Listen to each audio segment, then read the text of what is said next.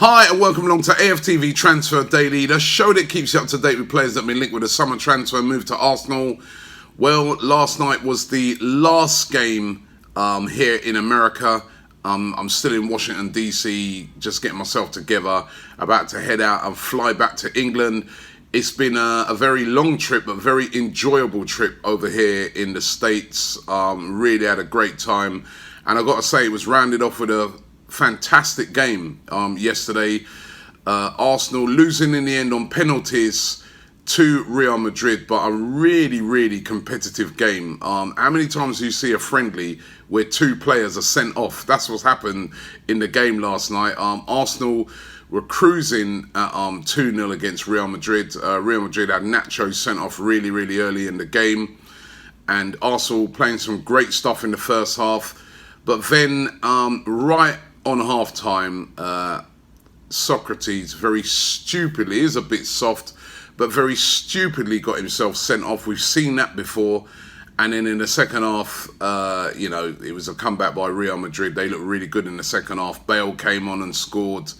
A couple of goalkeeping errors, I thought, by Martinez. Didn't do himself any favours on the goalkeeping front, Martinez, in the game. But a really enjoyable game. We lost in the end on penalties, a couple of misses. Granit Xhaka's terrible penalty. Nacho Monreal a bit unlucky, and I think it was Saka. No, I can't remember who missed the other one, but one of the young players, I think Robbie Burton, missed the final one. But listen, all in all, I thought it was a really good game. Decent attendance. I think nearly going up towards 60,000.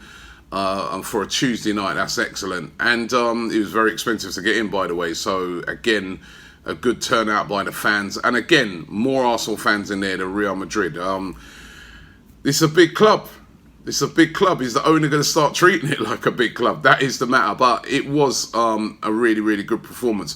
It was really interesting in the game that Unai Emery, when Real Madrid went down to 10 men, he was actually asking the referee if he could rescind that and make Nacho stay on the pitch, because he wanted to play against 11 players. Remember, it is pre-season, and as far as what Unai Emery was saying, he's not bothered about the result. It's more about him testing out formations, etc. So that was really interesting, but the referee said no, he had to go, and in the end it ended up 10-10 anyway, 10 on 10. The other thing that happened in the game is that Marco Asensio, the Real Madrid player, star player, got a really bad injury in the game. He went down, and we've since heard that he suffered an ACL injury. That's similar to what Bellerin's got, and that's going to keep him out probably for the season. And there was a lot of talk after that might affect the deal that Arsenal have struck with Real Madrid for a season-long loan for Dani Ceballos. However, Zidane did sort of come out and intimate after that it's not going to affect the deal, and as the Ceballos deal should still go through, should still be completed, and Dani Ceballos will become an Arsenal player. But there was a lot of talk at first that might scupper the whole deal, and the Ceballos thing will not be done. Ceballos will be signing for Arsenal, and as I was sort of saying on yesterday's show, he's going to sort of come in as that sort of Aaron Ramsey replacement in central midfield. William Saliba as well, that is also been done. Probably could be announced either today or maybe tomorrow. But I'd expect both of those signings to be announced before this weekend's Emirates Cup, which Arsenal are going to be taking on Lyon. So Saliba also will be done, but as we know, will be loaned back to St Etienne for a season. Kieran Tierney, though, is not done yet, and that's posing a lot of problems for Arsenal. Celtic's manager, Neil Lennon, pretty bullish on it yesterday, saying that they don't have to sell Tierney, they don't want to sell Tierney, they're going to keep him. He's not for sale no more, but it does still look like Arsenal are still working hard to try and get this deal done. They do want to still get it over the line. And they want to bring the left-back Tierney into Arsenal, but it is one of these that are dragging on. It just baffles me. £25 million. That's it. I saw Newcastle sign a player yesterday for £40 million. And we seem to be bid after bid and bartering and add-ons and stuff like that over Kieran Tierney, which does suggest to me that a lot of these rumours that we've got limited amount of funds must be true, the way we sort of been bartering around with this one. And of course, anybody who watched the friendly yesterday would see that the defending again, you know, at times was poor. As I said, Socrates stupidly sent off. You know, we still look shaky at the back, and everybody that I seemed to interview last night after the game was saying that, listen, we need to get a centre-back in. Well, at last, linked to a centre-back today, Daniel Regardie. We've been linked with him from Juventus. We've been linked with him before, actually, in other windows. But Regardie now could be set to leave Juventus. Juventus, of course, have recently bought Matthias de Ligt. They've also got Chiellini, they've got Bonucci, they've got a wealth of centre-backs. We can't even find one decent one. They got 3 or 4 top-quality centre-backs. But Juventus may be willing to sell Regardie, and Unai Emery said to be interested in Regardie. So we have to watch this space on this one. But we definitely need a centre-back, especially when you consider the situation with Kashani. Unai Emery saying yesterday that, you know, basically Kashani's not in his plans. He's definitely not in his plans. So it does look like even if he tries to make up with Emery and the board, they're looking to get him out now. So we definitely need to bring in a centre back, and it's obvious for everybody to see. We've got to get that done. Wilfried Zaha rumbles on. Apparently, Crystal Palace out there saying that, listen, again, they're quite bullish. They're saying he's not for sale. Zaha's going to be staying. Then there's other rumours around today that Everton have, you know, entered talks with Zaha, or set to enter talks with Zaha about signing him as well. Everton seem to have a lot of money floating around at the moment, mainly due to Mashiri, who's their owner now, who once was at Arsenal. You know, they're said to be willing to try and get the Zaha deal over the line. Remember yesterday I did that poll and I asked the question, Zaha or Everton Sarres. Well, it was very, very close actually. 52% of you said you'd want Zaha, 48% Sarres. That's touch and go, you know what I mean? You can barely separate the two. Sarres, of course, would be a hell of a lot cheaper.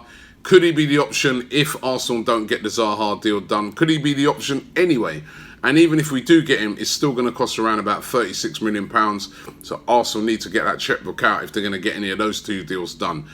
Aubameyang has been linked with Manchester United a lot over this transfer window.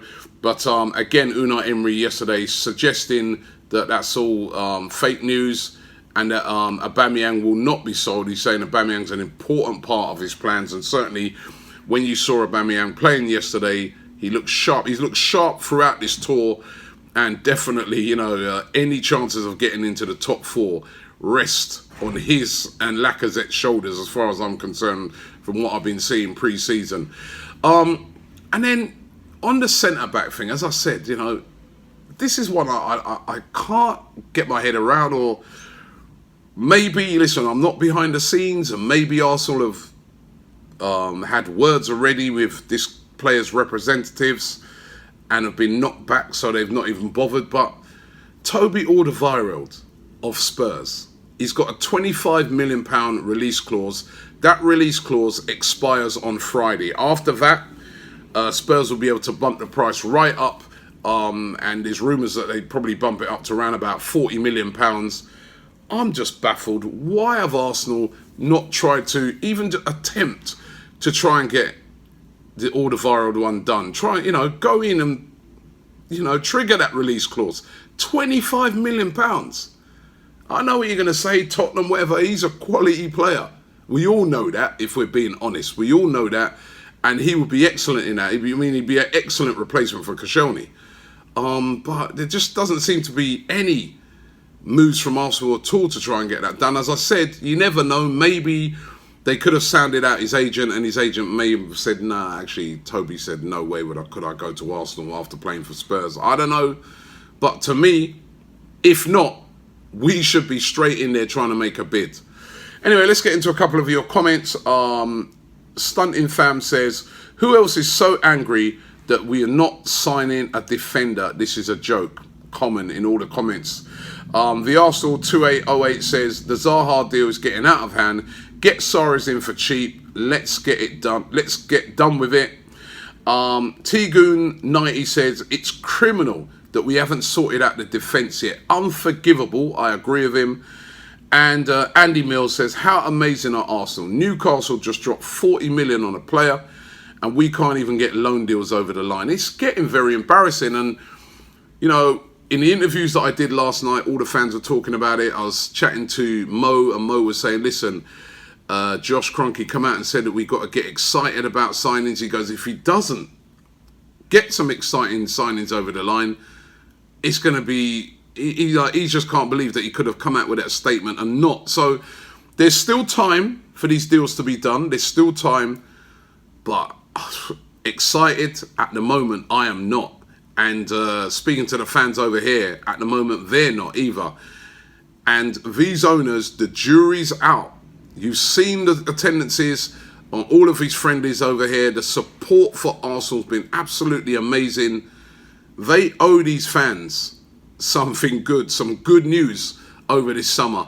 Not just the fans here, the fans all over the world and back in England. And the jury's out. We're waiting to see what you're going to do. And we are waiting patiently. Thanks for watching the show. Thank you to everybody over here in the States who've made our trip so brilliant. Started off in Las Vegas, then we went on to Denver, Los Angeles, Charlotte, Atlanta, and now in Washington, D.C. It's been absolutely brilliant. I've loved my time here, but now it's time to go home. And we'll be back probably with Transfer Daily at some stage tomorrow once I get home. But yeah, we will be back in the UK tomorrow with Transfer Daily.